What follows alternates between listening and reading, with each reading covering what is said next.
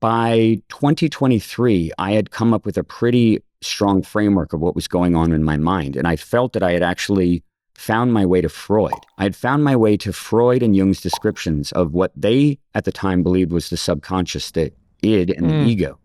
And that something was happening with these psychoactives that was causing a disbalance between the modulation of the ego and the id. Hey folks, thanks for stopping by and checking out the Business Line podcast. You know, in this show, what we're trying to do is get in front of people all over the country, all over the world that are moving and shaking in business, whether they're a part of a big business or they're starting something from the ground up. We want to get to know them. We want to get to know their journey, their struggle, and a little bit about what they love in life. We hope you check out every episode you can. As far as origin stories goes, I played ultimate Frisbee a ton as a kid. Okay. I was a runner in high school, a pretty good one. I was the captain of the track and cross country teams when I was a senior. Okay. And I ran a 4:36 mile and a 9:58 2-mile in high school, which is you're a distance runner. You're solid, but it's not like going to win you a state meet, but very good for your region. Yeah, absolutely. And I mean, anytime you can run a 2-mile under 10 minutes, you're doing pretty well. That's hard. And the consequence of that was that it predisposed me to be good at ultimate Frisbee because I was tireless on the battlefield, even though I didn't keep running. I could just outrun everyone. The longer the game went, the more valuable I became on the battlefield because everyone was exhausted and I could just run for hours. So I loved playing ultimate Frisbee, totally loved it because it was a way to kind of just be an athletic badass. Yeah. Even though I didn't really know how to throw very well, but when you're playing, you feel like that, you know what I mean? It's something feel about like that game. You throw a shot almost to yourself, you know what I mean? Yeah. Really, the flow of it, once it gets going, you're constantly just on the move, dodging people, knocking distance. It's so awesome. Such a fun kinetic sport. Unfortunately, it does require people to be in quite good shape to play it.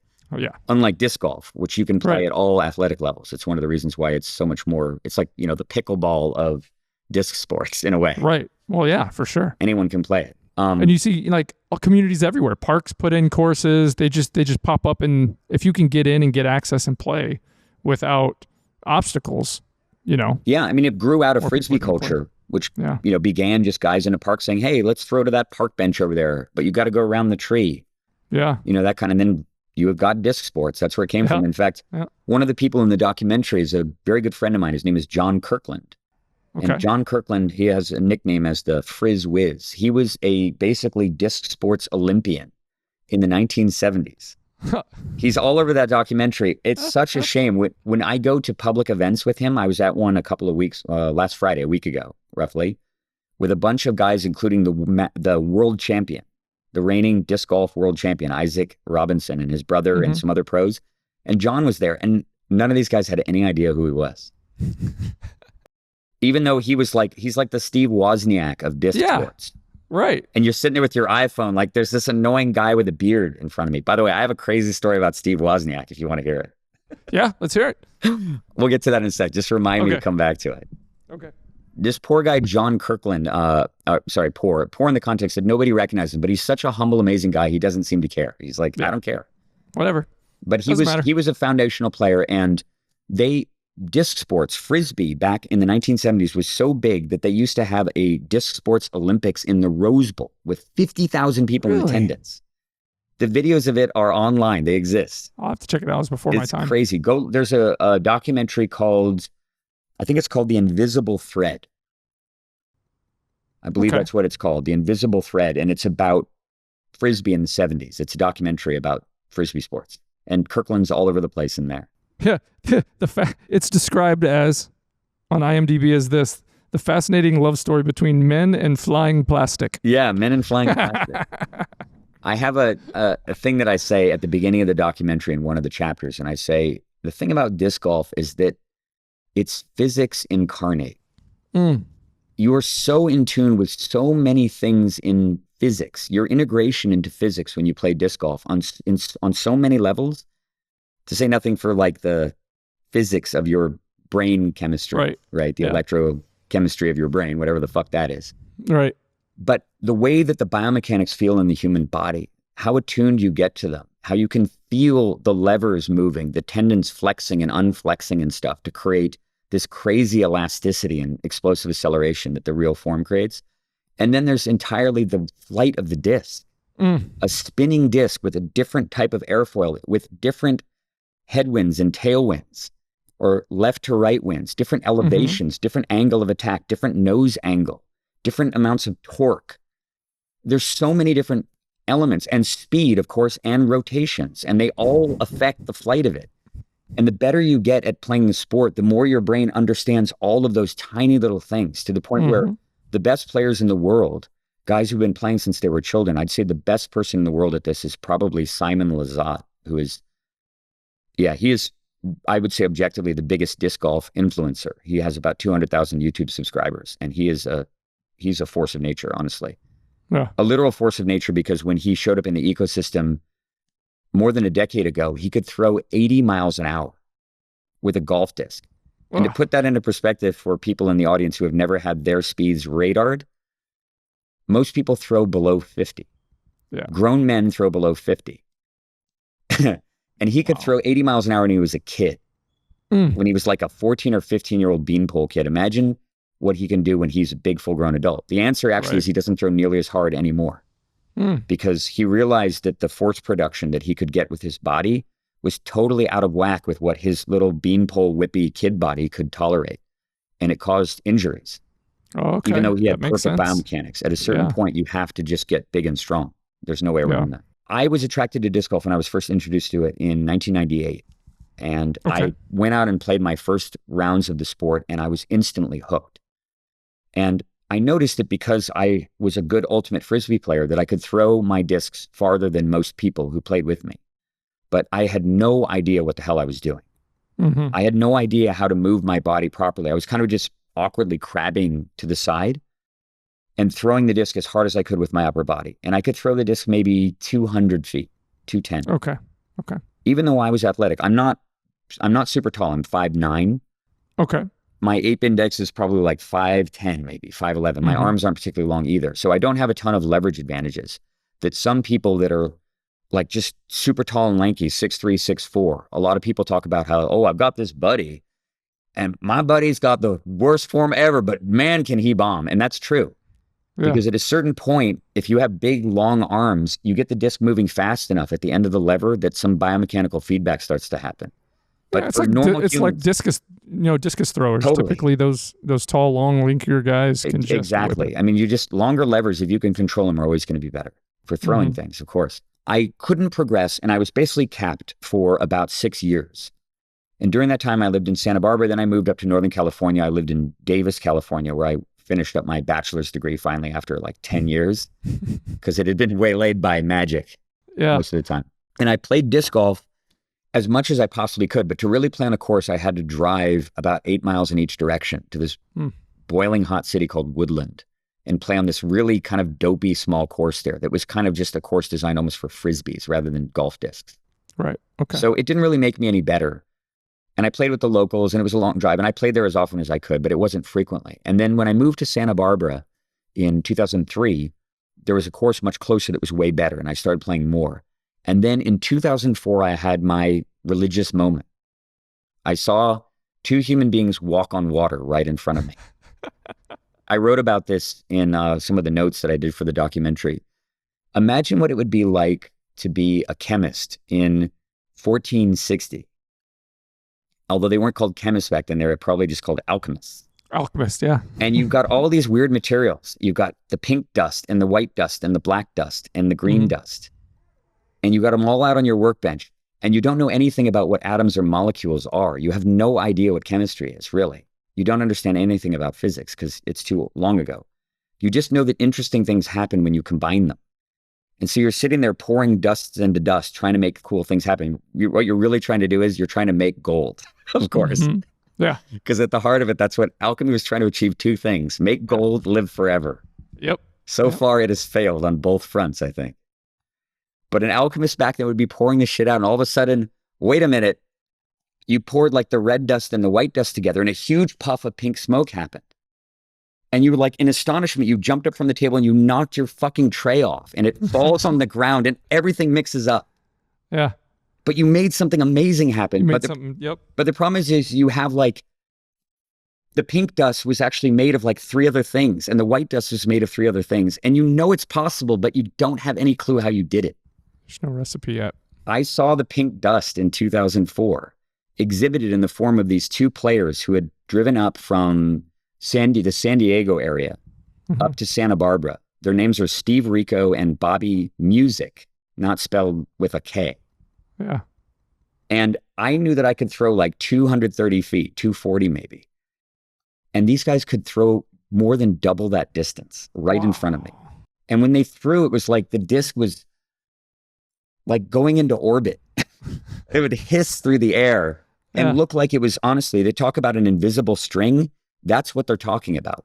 The idea, imagine that it's a bungee cord, an invisible bungee cord, and the disc is at the end of the bungee cord. And all they do is they let it go and it goes doing. It just keeps going. That's what it looked like. Incomprehensible. And I'm like, what the fuck are these guys doing? So I watched all 3 rounds of the tournament in fascination. I watched them do like a distance thing, jaw dropping. The kid, Bobby Music, was like he probably weighed 130 pounds.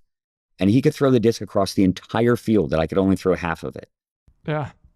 And so after it was over, I'm thinking, this is a moment. I've got to do something. I've got to learn. This is my chance. Yep. So I ran up to the group of these pro players that were all kind of sitting in a circle, unwinding in the Santa Barbara sun. And I said, hey guys, I was watching you guys throw, and you throw on a different galactic plane from me. And I would like to know how to ascend to the heavens. Can you please teach me? Yeah. And one of the guys jumps up. His name was Chris Brophy. Yeah. And he goes, yeah, man, I'll help you, dude. Totally. Let's go have a lesson. He's super nice. Yeah. And Chris shows me what he calls the X step. Anybody who's played disc golf has probably seen or tried to replicate the X step. The X step. The idea that you begin with a 3-step approach. You take a step with your right foot, then you take your left foot, and you put your left foot behind your right foot. So it forms sort of like an X shape. Yep. Minus one of the axes. And then you take another stride with your right foot, you plant your foot on the ground, and you throw the disc. I go, okay, I think I can probably do that. Let me try that. I try it. It does feel good. The disc comes out fast. I run a little faster. I do it again. The disc goes really fast. I gallop into it and throw my body doing the X step, and the disc goes like 100 feet farther than I've ever thrown in my life. I throw like 350 right in front. And I'm like, I've done it. What has just happened? I can walk on water also. Here we go. Yeah. Time to spend 20 years throwing time and energy at this. Yeah. Like a fucking army ant circling and circling and circling to get back to that metaphor. Yeah. I did not know it at the time, but I had taken the first of what would be many, many, many steps on the wrong path in disc golf. I had no idea that day. But I am incredibly... You started up the wrong ladder. Yeah, I am incredibly tenacious in the things that I seek to understand. It's part of my methodology. I never give up and I never quit. And so that compelled me. And the thing that was so maddening about it too was that I effectively, like objectively solved Magic the Gathering in 3 months. I started playing that game in January, and by May, I had the solution. In the most complicated game that has ever been created. There is no game that's even close. Like chess, there were chess computers beating humans in the 1980s. Right. Go was solved by AI like a decade ago now. A fucking computer beat grandmasters in Jeopardy. There is no AI beating me in Magic. Right. No fucking way. Not for a very long time. Bring it on. I want to play old school. You hand a random fucking old school deck to an AI and have it play Magic against me in old school. Yeah. I would bet a large amount of money on me to beat any AI. Yeah. It is an insanely complicated game, and I solved it playing it in 3 months roughly. And yet disc golf completely eluded me. I thought that I had the solution, and so I started throwing time at it. I applied all of my methodology. I sought to learn. I found an ancient VHS videotape online, which was this is like pre-YouTube, basically. YouTube started in 2003. Yeah. I found this ancient videotape put out in the 1990s by a guy named Scott Stokely. Scott Stokely's going to teach you how to bomb a disc. Yeah. And boy, could Scott Stokely bomb a disc. My friend and I watched that video open-mouthed. Yeah. Like whatever the guys, Bobby and Steve, were doing, Scott was doing something on a totally different level. Wow. Like he would throw the disc and it would just be this towering blast that would just vanish into the distance. Mm. He was the world record holder for distance. He could throw unbelievably well, but there's one problem in Scott Stokely's his little series. Yeah. There's no sense of scale. Scott Stokely is gigantic. He's like 6'6" or something, 6'7". He's a big dude. He's an insanely athletic, huge guy. And so the form that Scott Stokely uses, the form that he teaches to people, works really well for Scott Stokely. By all accounts, he's a great teacher and a wonderful dude. I've never, unfortunately, had the pleasure of meeting him yet. But Scott Stokely's form works for Scott Stokely. And that's what I was taught too. Fundamentally, the fallacy that I was told was that you were supposed to turn your hips backwards as you move down the tee pad in disc golf. Okay. I will stand up since I have a webcam to show you. Yeah. My YouTube videos talk all about this, but basically what Chris Brophy on that fateful day in 2004 showed me was that I was supposed to run down the tee pad running backwards like this. Yeah. Okay. And then as I came to land, I would wind my whole body up and I would turn and land like this while swinging my arm as hard as I could to throw. Okay. And that was affected because I wasn't anywhere near as strong as I am now. I weighed like 100, maybe 50 pounds with, I think, a much bigger fat ratio. But I was an athletic person. I was an athletic kid. You know, I describe myself as being like a Mowgli kid. Okay. I was just like an off-leash kid who ran around in his neighborhood. Maybe your childhood was the same since we're not that far apart in age. Yeah. But like kids these days, not the same, right? Nope. I was like, I had poison oak half my fucking childhood. We'll leave it at that. Man, I was really good at jumping fences and getting lost in the woods. And So I was super athletic and I could throw the shit out of the disc, even with that shitty form. But Scott Stokely had a much better version of my form, and his leverage allowed him to feel a lot of the things that I couldn't feel, which allowed him to obliterate the disc with his insanely huge whippy arms and his huge frame. Yeah. So I watched Scott Stokely's video, and it just further entrenched not only what I thought I needed to do and what I couldn't do. And so I pursued this with just utter mania. I moved from Santa Barbara to Seattle in 2007. That's where I live now. So I've been here for 17 years. And relatively shortly after I moved here, I started practicing at this golf course that was at the time about a mile away from where I lived in Green Lake. Okay. Yeah. For those who might be viewing from the Seattle region, it's North Park. Mineral Springs Disc Golf Course is what it's called. Although I've never seen a spring on that course. And I was attracted in particular to one hole at this course, hole number 1. For some reason, it was kind of just the perfect embodiment in my mind of a disc golf hole to practice on. It was exactly 300 feet, just about from the end of the tee pad to the basket.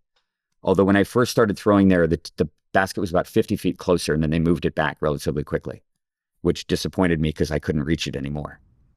But the thing about the hole is that there's a tree dead ahead at 12 o'clock, about half the distance of the fairway, about 140 feet away. There's a gap to the right of the tree that isn't particularly wide, and then you get a bunch of bushes and then taller trees to the right side of that to form kind of a tunnel that you have to throw, even though the hole actually looks kind of open. There's a tunnel if you want to get near the basket that you have to hit, and you have to hit the tunnel at 170 feet or 160 feet, and it's uphill. There's an incline of roughly 15 feet between the top of the tee and the basket. It's a crush to get up there. And of the people who play at that course, roughly, I would guess fewer than 1% of the people who play at this course are capable of getting their discs up to the basket. Wow. It's that hard. In fact, there's a log that's right at what's called the circle's edge. It's a 10-meter circle around it, a radius. And it's a big log that stops shots. And most people, the people who play there all the time routinely come up against the log. That's how much energy they're able to put into the disc. And that's about where I could throw when I first moved to Seattle.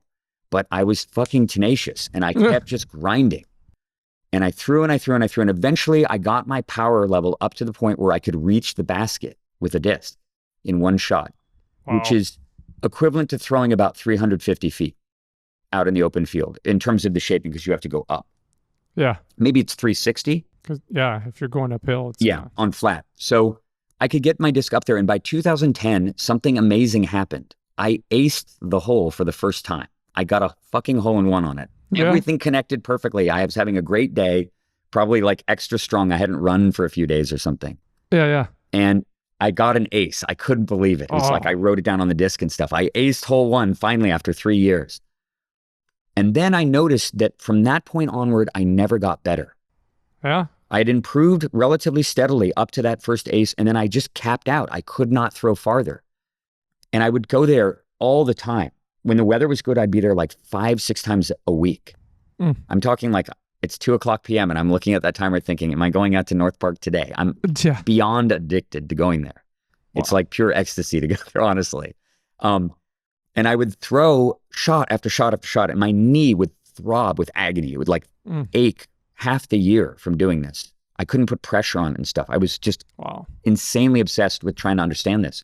And yet I could not get any better. And I estimate between 2007 and 2023, 200,000 drives on this hole. Wow. As a rough estimate, like beyond pathological insane behavior in retrospect. So yeah, that's nuts. Yeah. And the consequence of that is that between 2010 and 2020, I could ace the hole about once a year. Once per year. I could never throw harder. It didn't matter what I did. I would watch video after video. I'd record my form. I could not throw harder. It was so frustrating. How on earth is it impossible to get better at something no matter how much time you throw at it? It's like antithetical to everything that we're taught as humans. Practice makes perfect, right? Boy, is that not true. And certainly not in the disc golf backhand. No amount of practice was ever going to get me any closer to the solution. But I did not give up. I was determined to solve it. And a huge course correction happened in 2020 when I had a reunion with one of the collaborators from the method. His name is Lee Wentz, one of the absolute most brilliant people I know. When I met him, he was in his last semester getting a PhD in metallurgic chemistry from the University of Vancouver and was commuting down to Seattle, I think, to see his girlfriend. And we became instant friends when we met at North Park. And we compared form. We took notes. We practiced and practiced. And Lee was way closer to the solution than I was. He understood a lot of it, but he didn't. The problem is that he could not communicate how I could feel it. Did not have the vocabulary to explain it. And so eventually we lost touch, but in 2020 we reunited, and Lee had learned a lot more since then. And we had our first conversation ever after like roughly 3 years. And then afterward, he asked me to send him my form. I sent him my form, and he sent me what would become a series of extremely consequential videos showing me the correct intention, the first course correction after 20 years, roughly, since, or not 17 years since Brophy had given me that lesson. And this is what Lee showed me. He showed me that in disc golf, in terms of force production, you do not produce any force by rotating your body at all. There's no intention of rotation. All the intention is stability and force into the ground. It's the opposite of that. And the way that you create force and stability and driving energy into the ground is to keep your hips parallel. They don't turn, actually. If you do this, you're fucked for a billion different reasons. But basically, when you drive your energy sideways into the ground, it gives you the ability to stay perfectly balanced and turn and create a huge biomechanical leverage system that's entirely organic through your whole body. It's like what you see in the form of professionals doing it. Yeah. I understand it completely now, but in 2020, it was still very novel, and I had to learn to feel it myself. And so Lee helped me begin that process. I talk about it in the method, in the docuseries, and I started to get better very rapidly. I noticed that I could throw the disc all the way up to the basket with far less effort. Yeah. It started to feel way more biomechanically efficient. And of course, whenever you can do anything that's athletic, anything physical, and it requires less effort, you can do it more consistently. Yep, that's right. It becomes more autonomic. So that allowed me to get a hell of a lot more accurate. And in 2020, I aced hole 1 8 times instead of once. And in 2021, I aced it 12 times. I hit it on an average of once a month rather than once a year. And then the most improbably insane thing happened in mid-April of last year, April 2023, although something very consequential and important happened before that. I was out there at North Park on some random day. It was like the 19th of April. I'm chatting with this big group of guys. There's tons of locals who play there.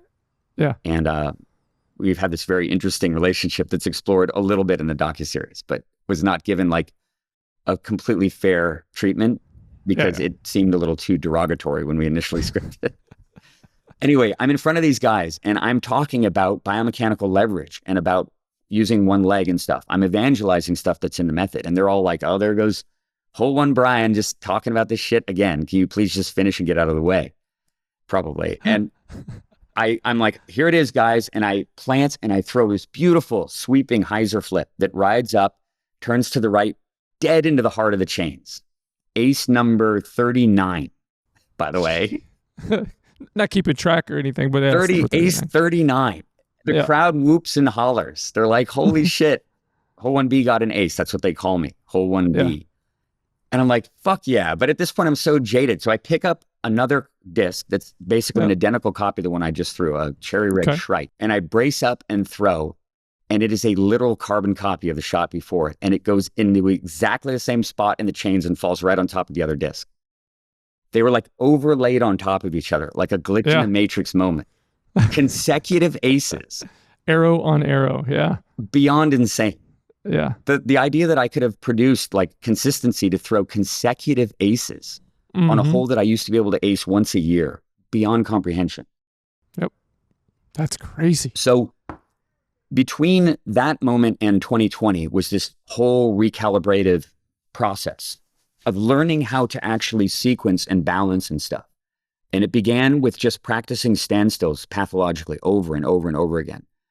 And trying it, and what I found was that I could get my form to look good into the net, but I could not get that form to translate whenever I threw in the course.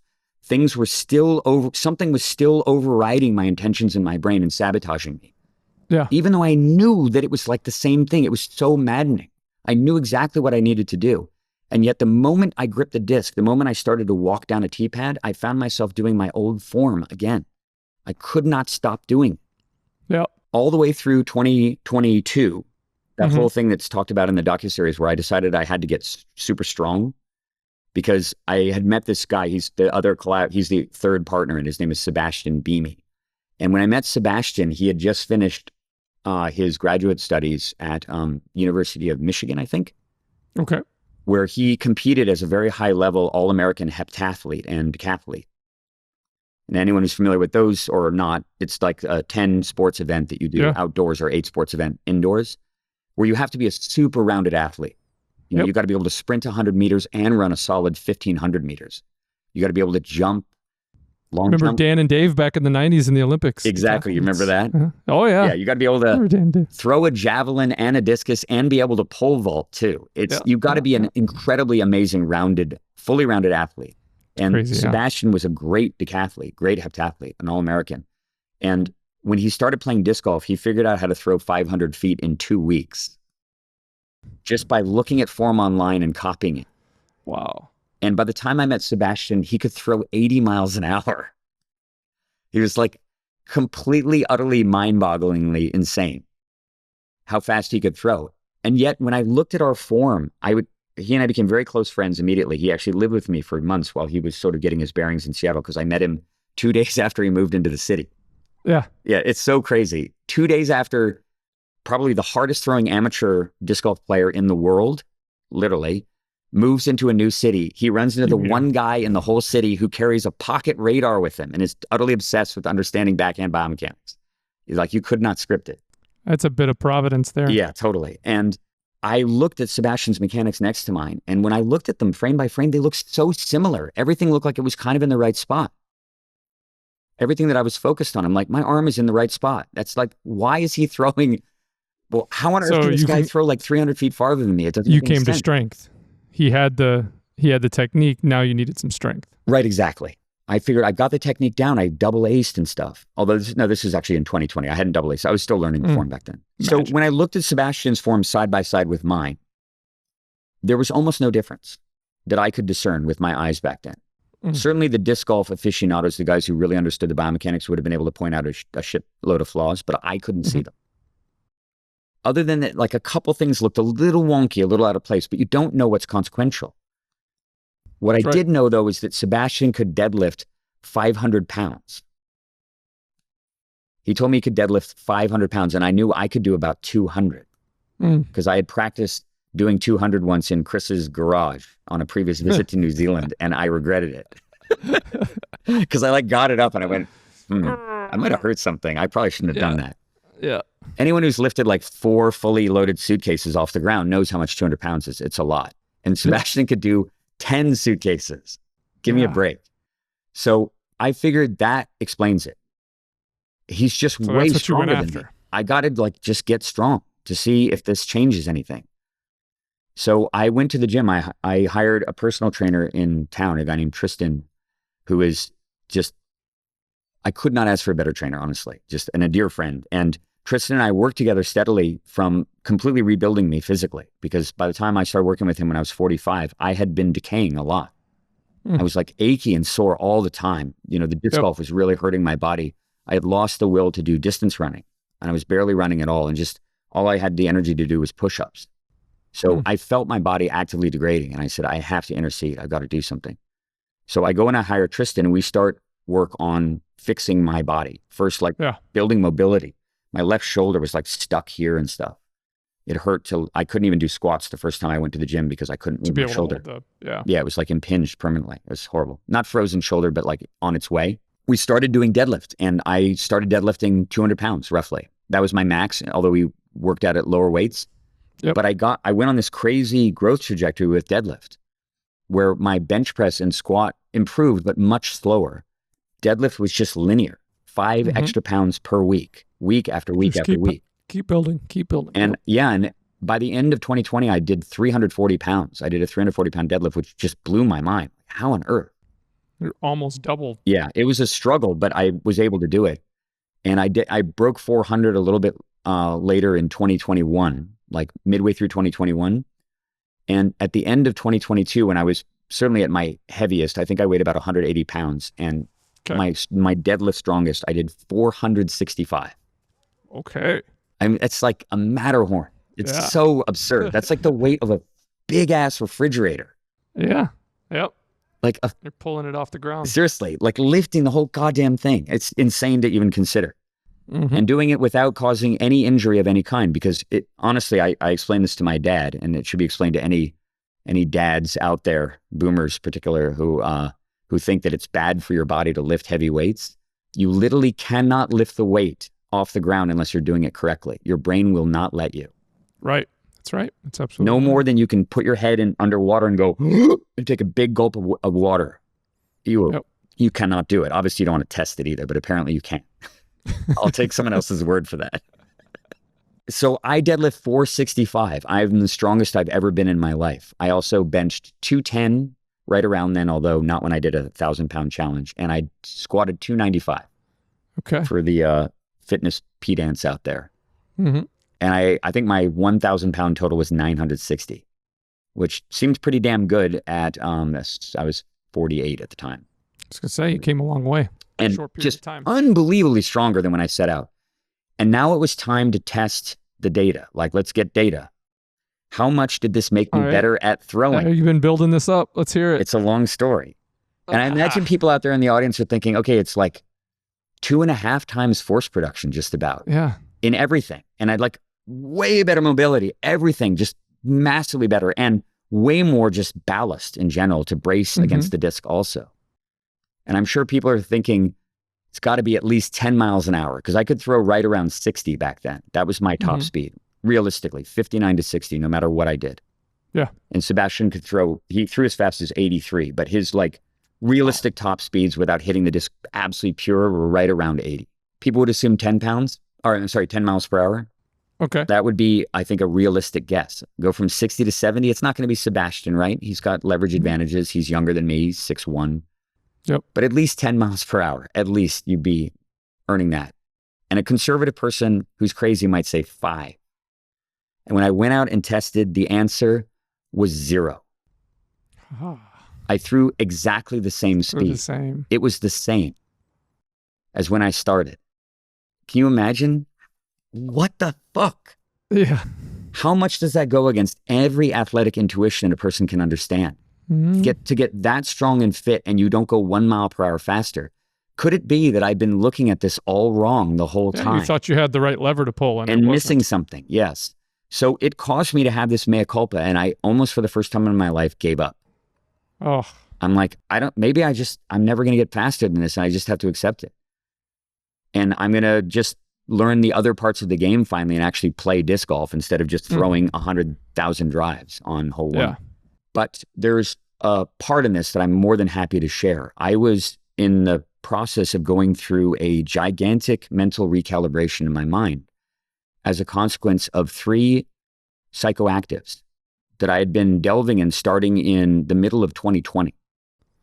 Okay. When I first used THC for the very first time in my life. Okay. Specifically sativa, whatever classification of THC called sativa. I used it for the first time. I had never touched anything harder than alcohol a couple times a year up to that point when I was 45. Okay. I believed, as so many people of my generation believed at the time, that they were weakness, that they degraded a person, that they harmed a person, that they could make you crazy, impulsive, self-destructive, self-harm. The countless ways that psychoactives have been gaslit, or the gaslighting that's been going on since, the 1960s when they were banned by Nixon. And I believe that same fiction too. And it caused me to have this lifelong asceticism around anything like that. I applied my methodology, as I do to everything, to the experience of taking THC for the first time. Okay. I analyzed it, and I thought about what's really going on here in my mind. I noticed all these really interesting things happening on THC. And then later on in the year, I didn't use it very much. I used a very small amount. I found I was extremely sensitive to it. Okay. So I would take 2.5 milligrams, a quarter of an edible, and I would be high for a day from it. Sheesh. I would be like in this bizarre transcendental space for a whole day, 24 hours. The next day I'd be giddy still. I could feel it in my mind from a quarter of one. Yeah. And I did not delve any further, as you can imagine, for a while.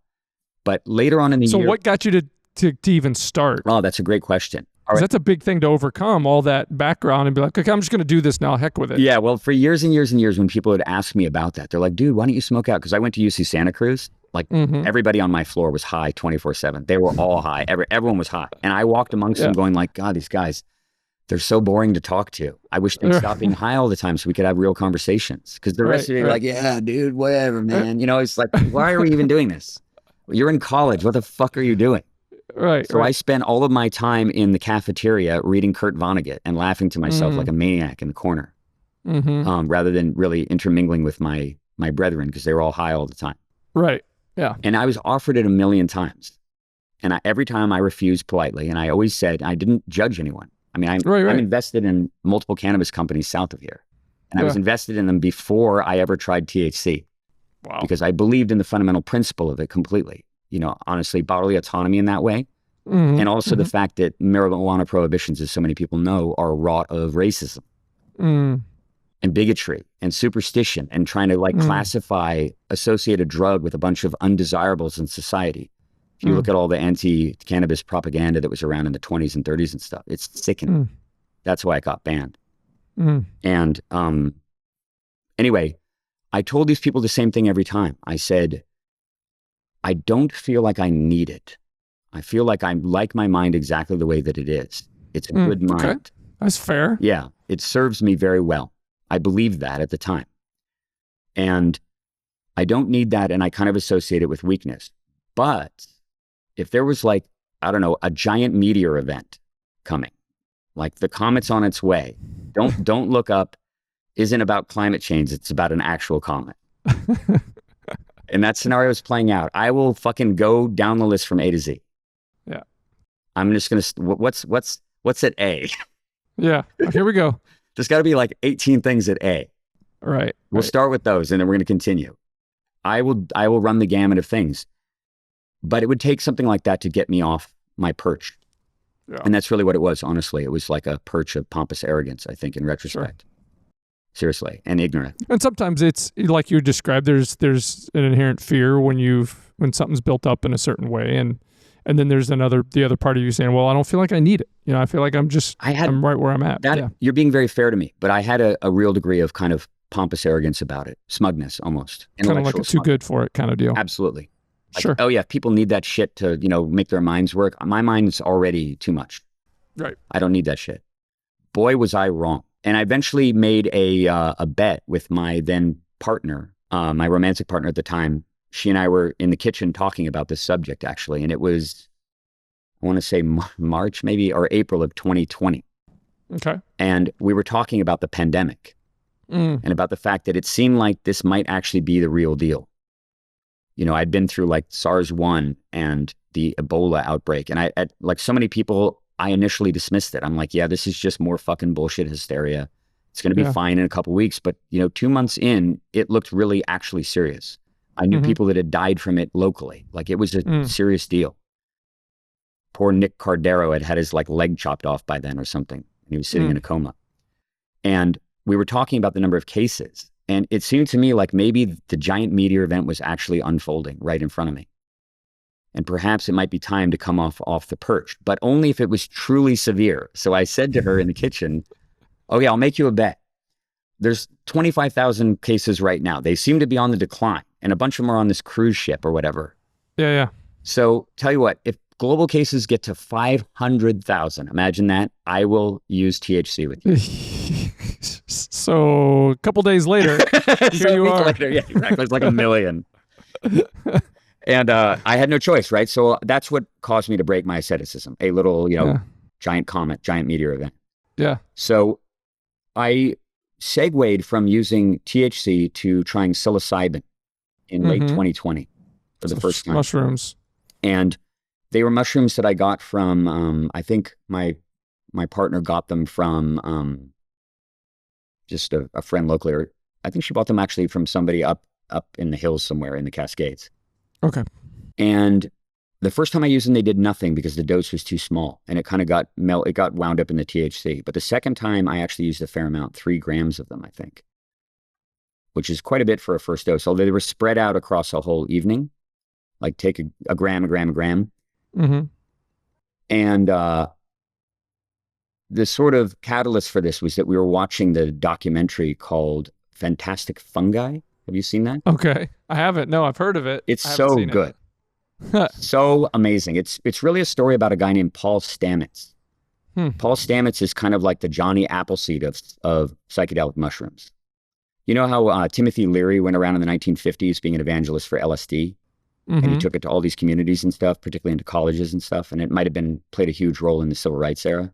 He's sort of like that. He's like the Timothy Leary of psilocybin. He's one of the world's foremost. Michael Pollan, the published author, is another person. He produced the docuseries, I think it's called How to Change Your Mind on Netflix. Paul Stamets used psychedelic mushrooms when he was younger, and he was a total empirical scientist, a biologist, actually. He became a mycologist, of course, although maybe he was one beforehand. But either way, it totally changed his life and his mind about a lot of things. Completely altered his perceptions of reality, what he believed that he understood, and knew that it was extremely important. So he's been out there evangelizing psychedelic mushrooms and saying, guys, these are nothing like what people think. They are not a party drug. They are not a drug that causes people to go berserk and eat people's faces and stuff. They are doing something extremely important and novel, and we do not understand it because we haven't been able to study them for 50 years or whatever. We need to actually devote modern scientific scrutiny to what these things actually are. And so this show, or it's more of a documentary, Fantastic Fungi, it's narrated beautifully by Brie Larson, by the way. Okay. She does an amazing narration, and it's definitely redemptive from her Captain Marvel appearance. I forgive her. Yeah, that didn't do much even, good for Brie. Yeah. After your beautiful narration for Fantastic Fungi. But anyway, I watched this documentary, and I start watching it right as the first little like flitters of the psilocybin start to root in my brain. And my mind is algorithmically dismissing everything I'm watching. I'm just sitting there going like, whatever, like scoffing. I feel my eyes rolling. Yeah, more new agey shit, whatever, blah, blah, blah, blah. And I'm not buying any of it. And then Paul comes on and he starts talking about his experiences, and I'm paying more attention. And about 3/4 of the way through, I take another spoonful of the mixture, another gram. Yeah. And now I'm totally wrapped. I'm just like, oh my fucking God. And it's not just the colors and stuff, because it definitely has sort of its psychoactive moments, but it's the content too. I'm enamored of the content and the message, and I feel it deeply. And we go all the way through the whole thing and finish it, and I'm breathless at the end. And I take another gram. And eventually it just winds up with me staring at the screensaver, the Apple screensaver, which has these beautiful 8K tapestries, you know, slow-mo, like 120 frames per second, panning across something, and you don't know what it is. It could be either mycelium up close, or it could be the backbone of a mountain range in Iceland. They look exactly the same. It's like a fractal. And I'm sitting there, and then there's the Great Wall of China, and then there's a view from space, and I am monologuing for like 7 or 8 hours straight. My mind is just an unbelievable torrent of unstoppable words. I cannot hold anything back. And I know that people who, you know, get high talk about this sort of thing. They go like, man, every idea feels brilliant when you're high. Everything every kooky idea your friends have. Hey, let's start a business making little suitcases that follow you around at the airport. Won't we make $1 billion doing that? That kind of thing. I imagine those guys came up with that when they were pretty high. Right. Either way, I am transformed from this experience completely and utterly. I came out of it. I said it to my partner at the time. I said, I am going to be the same. I'm going to look the same, but I'm going to be totally different after this. I know it. And I was. And I used LSD a number of times after that, usually about once every couple of months. Although much more in an intimate setting rather than as a mind-altering cerebral setting. But psilocybin, when I used it, was always much more just sit and think. Okay. Or experience something. Yeah. And by 2023, I had come up with a pretty strong framework of what was going on in my mind. And I felt that I had actually found my way to Freud. I had found my way to Freud and Jung's descriptions of what they at the time believed was the subconscious, the id and the ego. And that something was happening with these psychoactives that was causing a disbalance between the modulation of the ego and the id. And I'm not sure how much you're familiar with the Freudian terms, but are you familiar with those? Sure. Yeah. I guess for the sake of the people who might not know in the audience, the id is the subconscious mind, the internal self. It's who you truly are. And then the ego is the surface modulator of the id. It's the arbiter, the rule, the judge, the one that basically takes the impulses of the id, which sort of froth up like a fountain, and sorts them. That's how Freud envisioned it, because that's the transactional vocabulary of his day. That's all he could define things by. Because, you know, you're obviously getting back to, you only know what you know, right? And and you don't know what you don't know. Know what you don't know. Certainly 100 years ago or whatever, right? It was way more, way more profound. So looking at what he and Jung observed in patients, they came up with that framework, the ego and the id.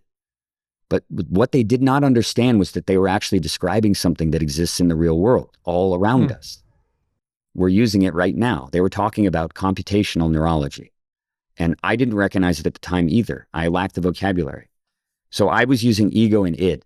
And it actually showed up most palpably. The thing that really cued me into this was I was playing Magic Online, which is something I played 1 billion hours. Well, not 1 billion, but like I played Magic probably 30,000 hours in my life, if I had to guess. You get mastery of something at 10K hours. Yeah. I think I've objectively put 30,000 hours into Magic. It would not surprise me. I can play Magic literally asleep. I do it all the time. I remember. Yeah, you wake up and wow, look. Yeah, absolutely. Solve problems, certainly. Play games. I can replay games that I played across from an opponent on the Pro Tour. Even before the Pro Tour, I remember games. And it is like in my DNA to the point where I can play Magic Online and I can play at a very, very high level where I can beat just about anybody on equal footing or when I have any kind of advantage. Right. In an incredibly complex environment, which is the 1v1 commander format, EDH as it's called, where instead of playing with a deck with lots of copies of 4 of this and 4 of that, and the strategy is very linear every game, you are limited to 1 copy of every card. Oh, wow. Okay. So the strategy is extremely malleable. It's way more interesting to me to play than the typical 4-0-4-0-4 formats, which just feel like honestly solved. And yet when I'd sit down and play Magic when I was high, it's like I couldn't play it the same anymore. I was still really good at it. I found myself still making all the perfect decisions. And yet I was privy to the decision-making all of a sudden in a way that I wasn't before. I would see my mind going, try that, no, try that, no, try that, no, try that, no, that, yes, do that. And then find myself doing it. Whereas before, I would just look at the hand and all I was conscious of was do the thing. I would miss all the decisions along the way, all the things that were happening algorithmically in my mind, the id processing magic stuff. And so that's why I was thinking that this would work, was a working explanation for what I was experiencing. And then I had dinner with Patrick Chapin. I mentioned him before, the innovator. My God, is he an innovator? And we're sitting across the table at a Round Table Pizza restaurant that I own down in Burien by the airport, which was part of like a childhood madness to own my own Round Table Pizza restaurant. Right, because this conversation started with the Round Table Pizza. Yeah, it did. It plays a huge role in my life, actually. I've always wanted to... A lot of the places where I had those great experiences as a kid, they're gone. Yeah. You know, they either shut down or... Yeah. I'm sitting across the table at this Round Table Pizza restaurant with Patrick, and I'm describing him with mad waving hands, my ego and id experience, playing Magic. Yeah. And he's kind of just sitting back with this wry look on his face, just smiling and nodding. And after I monologue for about 10 minutes, he leans forward and he says, "You're so close, but you don't quite have it yet." Yeah. And I'm like, what does he mean? Please tell me, explain. And he goes, you need to look at it in terms of computational neurology. What Freud called the id is autonomic algorithmic memory. It's subroutines buried deep inside your mind that run your body, that run everything that you do. And what he called the ego is the thinking part of the brain, the CPU of the brain. You know, I don't want to go, I'm sure that there are neuroscientists or brain scientists, pedantic people in the audience that would be you know, these are simple descriptions, but basically the thinking part of your brain, the cerebral cortex, is the CPU. It's the part that actually thinks. The rest of you is algorithmic, it turns out, totally autonomic in every way, including almost every behavior that you have. Your life is this. You just exist as a thing that runs subroutines. And the only time that your brain allows you to actually think, you can even have subroutines that make you think you're thinking, only you're not. You're just executing code. But you have the ability to think. You have the ability to gain agency and mastery of your mind again. You need to separate the two things. You need to trick your mind into thinking that you're young. And Patrick went on to explain that basically, whenever your mind encounters anything in the real world, in the haptic simulation we call the real world, whenever you encounter that, it assesses it on two simple criteria. Is the thing new and is it important? Is it novel? And is it important? Is it relevant to you? And whatever thresholds you've built up over time are a consequence of your own life experience. If you're a year old, then everything is novel and important. Basically, the first time you see a beetle, you know, you're like, oh my God, what is this crazy thing? It's like that episode of Bluey when the dad is born yesterday. Have you seen that? You have kids? I've got kids. They love that cartoon. But there's a whole episode where the dad plays Born Yesterday. Born Yesterday. Everything's novel. Everything's novel, exactly. Well, it turns out that when you take a psychoactive, whether it's THC, whether it's psilocybin or LSD or ayahuasca or any of these other things, they're all kind of, I think, work pretty much the same. All of the serotonin boosters is what we call them, I guess. Your brain's determiners for novelty and importance, for newness and relevance go down. It's like dials get shifted downward. And they shift more and more and more. And if you get below a certain threshold to a particular thing, suddenly it's new and important to you again, just like you're experiencing it the first time. If it's music, for example, you'll hear stuff in it you never heard before. If it's food, you'll taste things in it you never tasted before. I see where you're going. Yeah. Okay. If it's thoughts you have, it'll be like you're having them for the first time. They're new and exciting and important. You want to tell everybody about them. You're high. The same thing that people report about that. But this is the thing, is that it also allows you to be malleable again in the same way that a child might be. You can become malleable. Your brain becomes neuroplastic again after being totally ossified around the age of 12 to 14 when people go through puberty. Sure. When you lose the ability to acquire new things. Part of it, like particularly for things that are linguistic, is that you lose the ability to hear yourself. When you're on a psychoactive, guess what? You get to hear yourself for real. My voice when I'm high sounds exactly the same in my ears as it does when I have headphones on and I talk right up into this. It sounds the same. Right. It does not sound like that right now when I'm talking to you. Right. Not even close.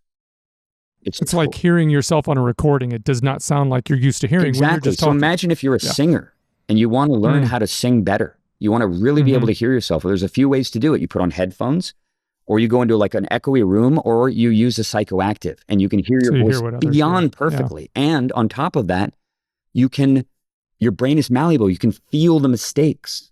You can feel the resonance and vibration. And it allows you to get better at it very rapidly. So this played a huge role in the method system, actually. Okay. I'll have to talk. It sounds like you're gaining access to that subconscious area, which is billions of times larger than your conscience, right? Your conscious It's mind. probably infinity. Honestly, I mean, what I believe about it now, based on all empirical data, is that our consciousness is just like a resonance with some sort of background thing that produces this like haptic display of what reality actually is. It really feels like that's what it is. It's certainly like the exclamation or the explanation for things that's the most grounded in empiricism. Based on the fact that we've already created it. Imagine this, right? We are on the threshold apparently of AGI. I don't think that that's actually necessarily true. I think it's all just mimicry right now. But it seems like it eventually will be a reality. We're on the threshold of AGI. When AGI exists, when the first AGI thing opens its eyes up, it sees Sora. It sees Midjourney. That's its version of reality. It sees itself as Sora. Of course it would. So what do we see? We see Sora. We just see a really fucking good version of Sora. Anyway, that's a conversation for another time. I know that we've sort of gone on some tangents. Anyway, getting back to the disc golf thing. I fucking solved it in 2023, finally. Okay. And the key piece here was that I realized I recalibrated my focus. I looked at disc golf form with novelty and meaning for the first time.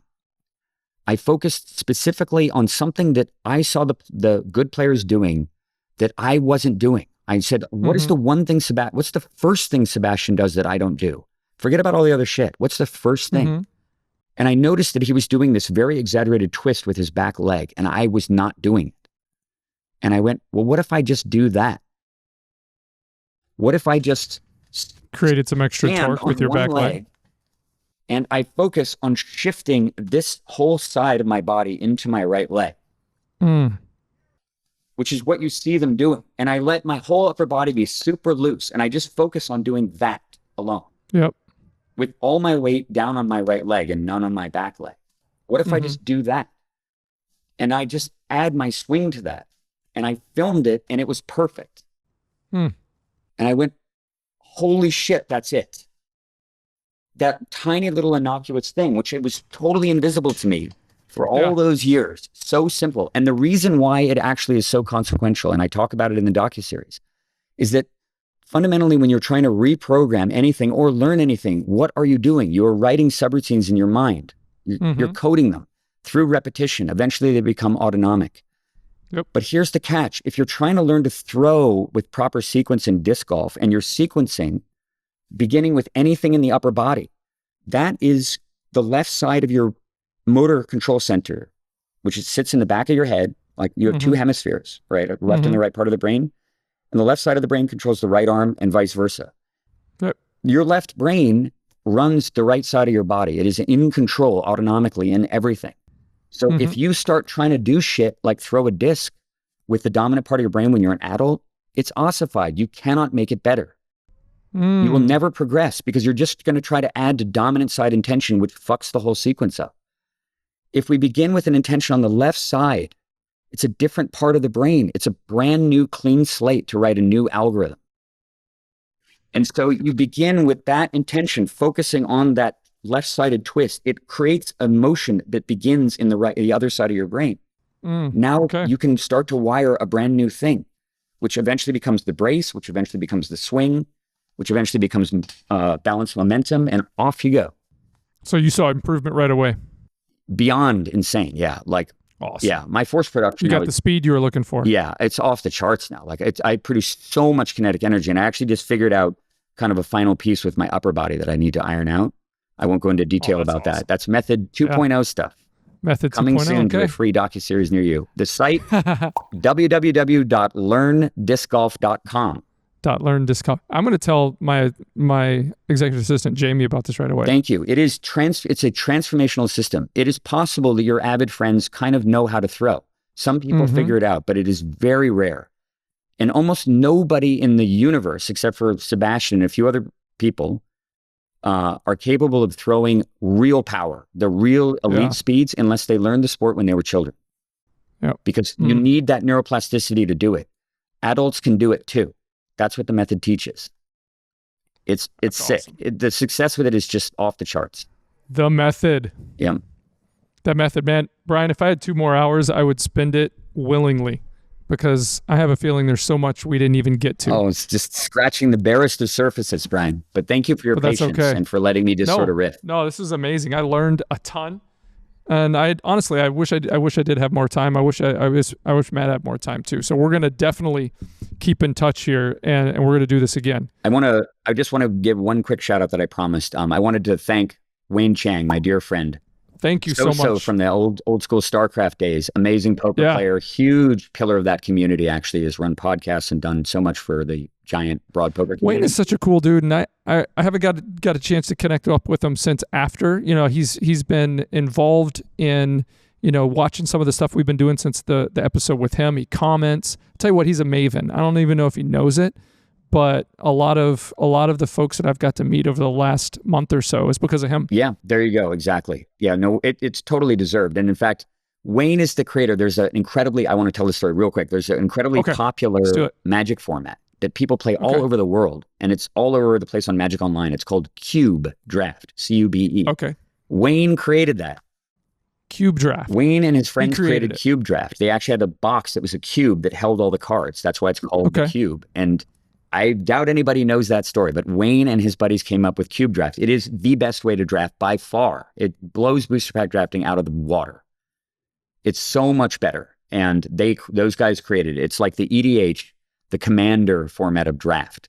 That's so cool. He didn't tell me that. Well, we didn't get to talk much about Magic when I had him on. We hit on Wayne is always and stuff, so polite and always talks to me about how I'm his mentor and how much I've inspired him, which is very kind and gracious of him. But he has inspired and mentored me in tons of ways as well. It is very reciprocal. I hope he knows that. I'll make sure he knows that. So please make sure you include that. Thank you. All right, Brian, let's wrap this one up so we don't spoil the next time we get to our killer. Okay, brother? All right. It was such a pleasure chatting today. Thank you so much, Brian. Awesome. Thanks.